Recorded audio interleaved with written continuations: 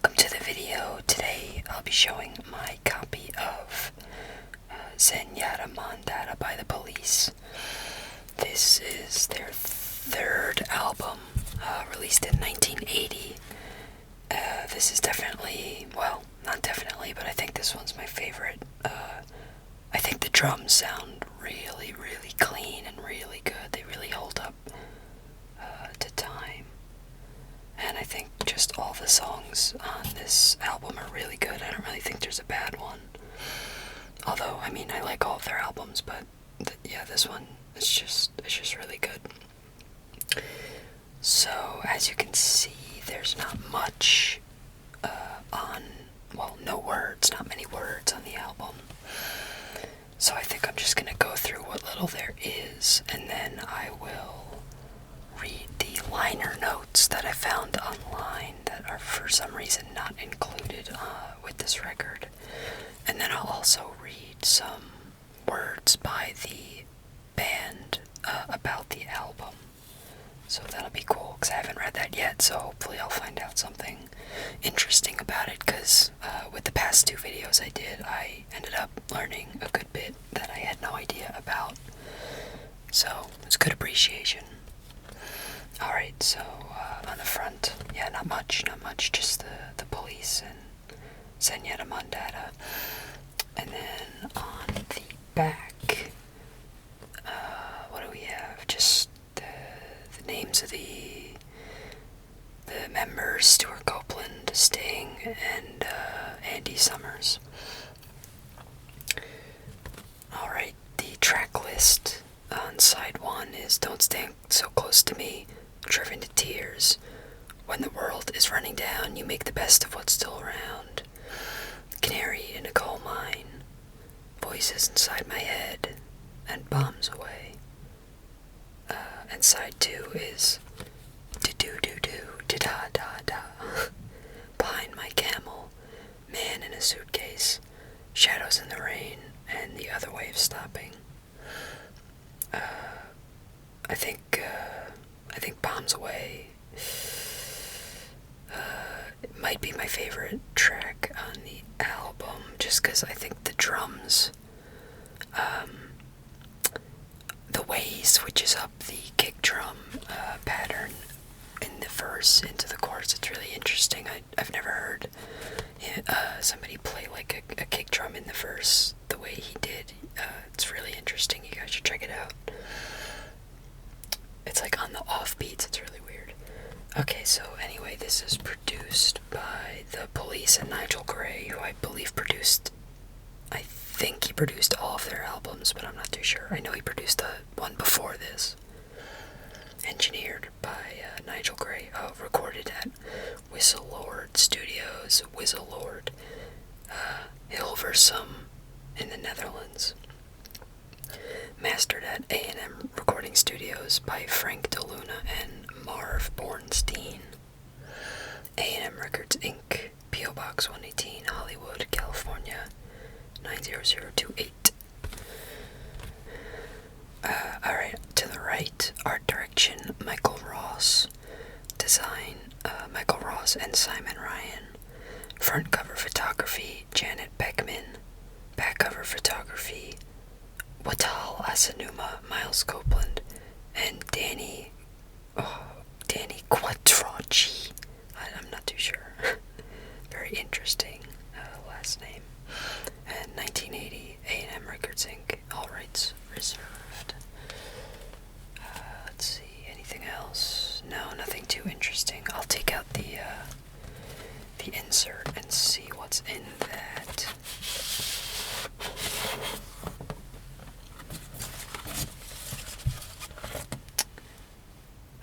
Yeah, just a bunch of photos on this side. Yeah, basically just a bunch of photos from, I guess, them touring. Actually, no. I think these are in the studio, yeah. And just some other random photos. There's some more names at the bottom, but I think I read all of those already. Actually, no, I didn't read all of them. Inner Sleeve Photography by Danny, with the strange last name, Quattrocchi.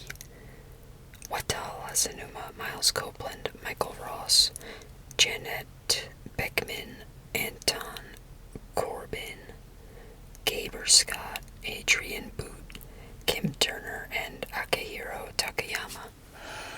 Alright, so that's basically it for what's on the record itself. Now I will read the liner notes from their website. I'm not sure where those even came from because I feel like they should be in the record, but I don't see anything. So I'll read that and then some words from the band about the album.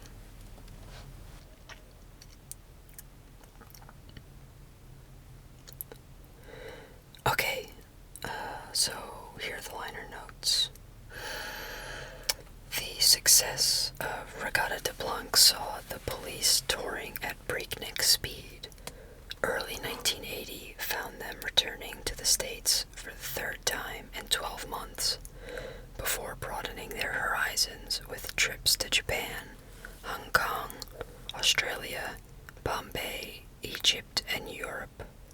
Everywhere it seemed loved the Police.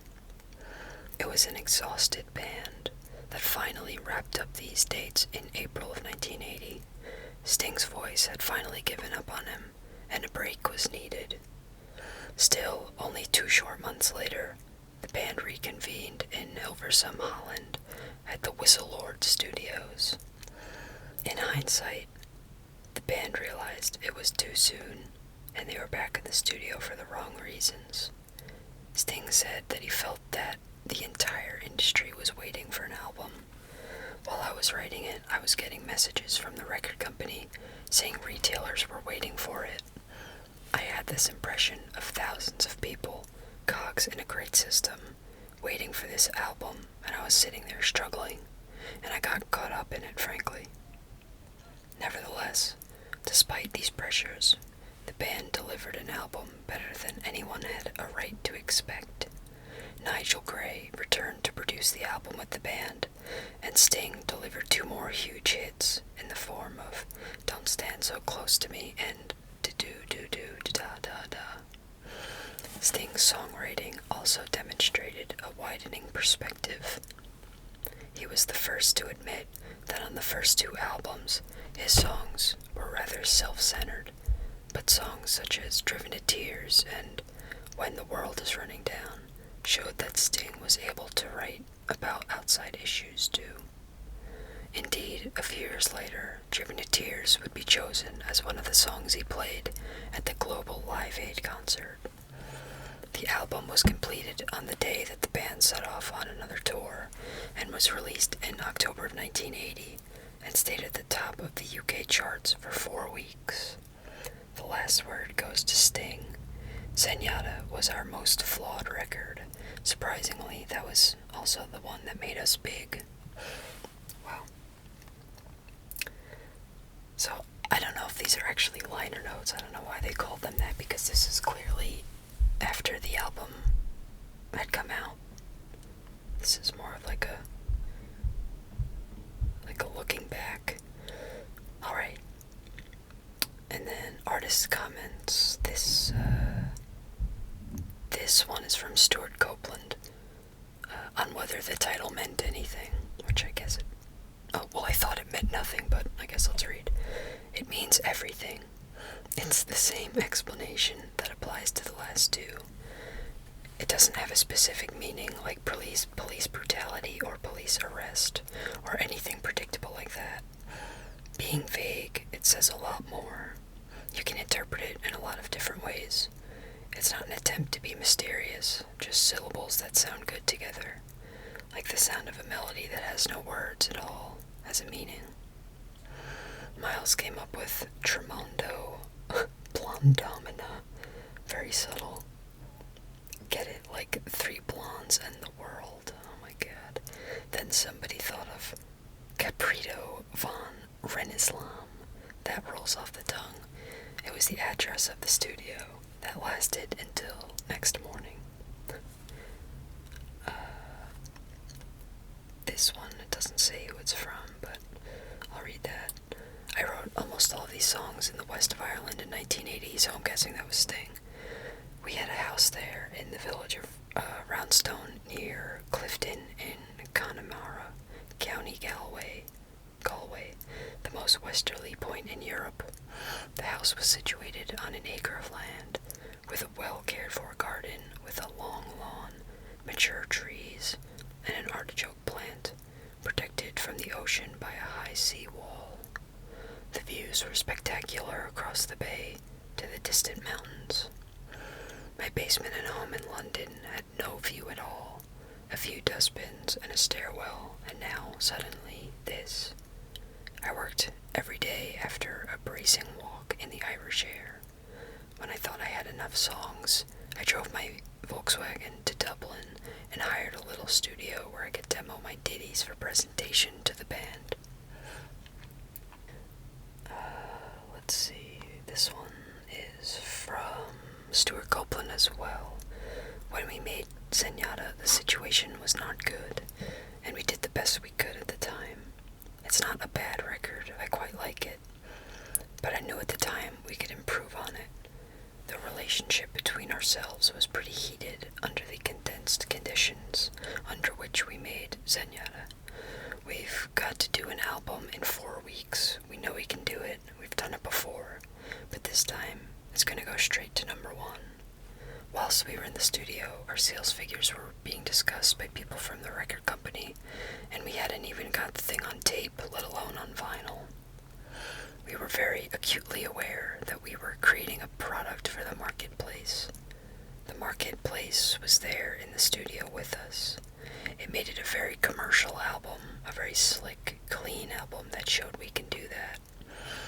A lot of people use terms like selling out as though that's the easy route, but it isn't at all. It's very difficult to make an album that's tailor-made to go straight to the top of the charts. It's also not very emotionally inspiring.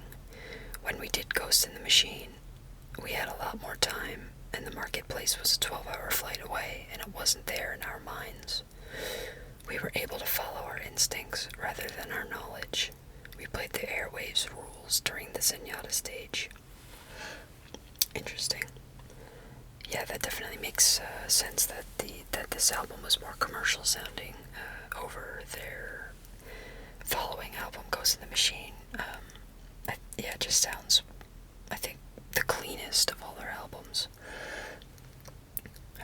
Not sterile, but just really clean. Ready for radio, I guess. This one is from Andy Summers, the guitarist. The album was a bit of a cock-up. It was so rushed. We only had a month to do it in, yet had to take a week off in the middle to come to England and do the Milton Keynes concert. It was obviously an important gig, and we rehearsed the stage show, came to England to do the gig, did another show the next day in Dublin, and then came back to Holland to finish off the record. The last night we were in the studio, we were putting the tracks in order until 4 in the morning, and we had to leave at 8 the next day to go to Belgium to play a gig. We literally had to rush out of the studio without getting a chance to really think about what we had done, or see the tapes through and make sure the cut was alright. Interesting. You know, it's pretty interesting that 4 weeks or a month or whatever for them is, not a lot of time, but the last 2 records I showed off, actually, no, maybe not the last one, but the first one, you know what? No, maybe it was the last one. They said it was recorded in a day or something. Yeah, that was the Jazz Samba record. I'm pretty sure that it said that it was recorded in a day. And also I know that a Marty Robbins album I was looking at said it was recorded in a day. So you know what? They could quit their complaining. 4 weeks is plenty. Here's a short few sentence thing from Rolling Stone magazine in March of 1984, I think. I really like about a third of it. Don't stand so close to me when the world is running down and driven to tears, but the rest of it I would happily throw in the dustbin. It doesn't say who said that. That's crazy. I'd imagine that was Sting. That's insane. It's such a good album. Wow. Here is another one from Stuart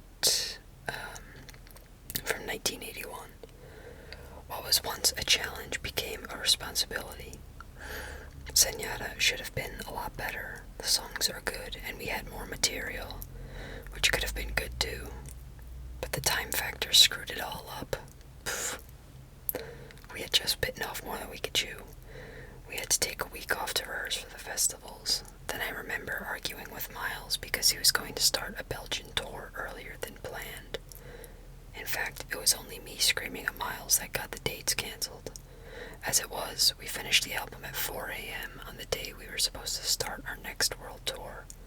We went to bed for a few hours and then traveled down to Belgium for the first gig. It was cutting it very fine. Alright, I guess I have a little sympathy. That does sound a little stressful, but come on. Alright, this one was from NME magazine, September of 1981. Doesn't say who made the quote though. A year ago, we were shackled by the industry. I was fascinated by commercialism. I was also very trapped by it. I saw the entire industry waiting for an album. It was the only album that sold last year, apart from Michael Jackson. There was nothing else. While I was writing it, I was getting messages from the record company saying retailers were waiting for it. I had this impression of thousands of people, cogs in a great system, waiting for this album, and I was sitting there struggling, and I got caught up in it, frankly. I'm not offering excuses for Zenyatta Mondatta. I think it's a reasonable pop album, and I'll defend certain songs on it. It had some good moments. It had some really terrible moments. Well, yeah, I had no idea that there was this whole debacle around the release of this album, and I had no idea that the band didn't really love it as much as I was expecting them to. It's just such a great album. That's crazy. Alright, there's a ton more I could read on this website. There's a review. There's several reviews, actually. You know what? Maybe I'll read this short review from the Washington Post. It's just 3 paragraphs. And then we'll get going. Alright, in '78, before the instant ska craze, an English group called Police smoothly combined reggae and pop. And this early marriage shows no sign of failing. On their third album, Zenyatta Mondatta, the Police prove that unlike other English bands toying with Jamaican music, they're quite comfortable with the hybrid formula. Unfortunately, they have nothing to say. Oh my god, what?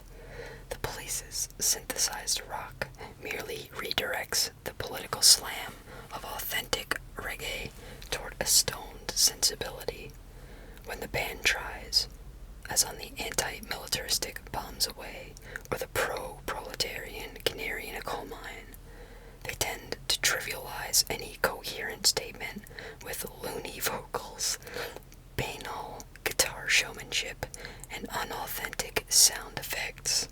The title of one song especially reveals the laid-back attitude. When the world is running down, you make the best of what's still around. Man in a Suitcase and Don't Stand So Close to Me are well-constructed hits, driven to tears as the driving force of Peter Green's Fleetwood Mac, and Do-Do-Do-Da-Da-Da is as silly and sleek as an ABBA candygram. Nevertheless, these songs are abrasive by their very charm. Only on Voices Inside My Head does the bank let loose. Andy Summers' guitar riff kicking up a ruckus, Sting's bass hitting below the belt, and Stuart Copeland's drumming forcing the fervor into a corner. The most appealing and hypnotic cut on the album, it's practically an instrumental. Perhaps the Police should abandon reggae and learn surf music. Oh my god, that's insane. Well, that definitely wasn't the nicest review, but yeah, I did agree. Which song? Voices Inside My Head. That one is also really good. I sort of forgot about that. I know I said Bombs Away, I think was my favorite track, but that one is also really good. Yeah, alright, well, there's a ton more I could be reading here, but that would take forever, so if you guys want to read more about the, basically just reviews and some more words from the band, just check out their website. I was really surprised. This is pretty well done. A lot of bands I was looking up don't really have their liner notes or anything like this in one place, so that was cool to see. Alrighty, hope you guys enjoyed, and I'll see you next time. See ya.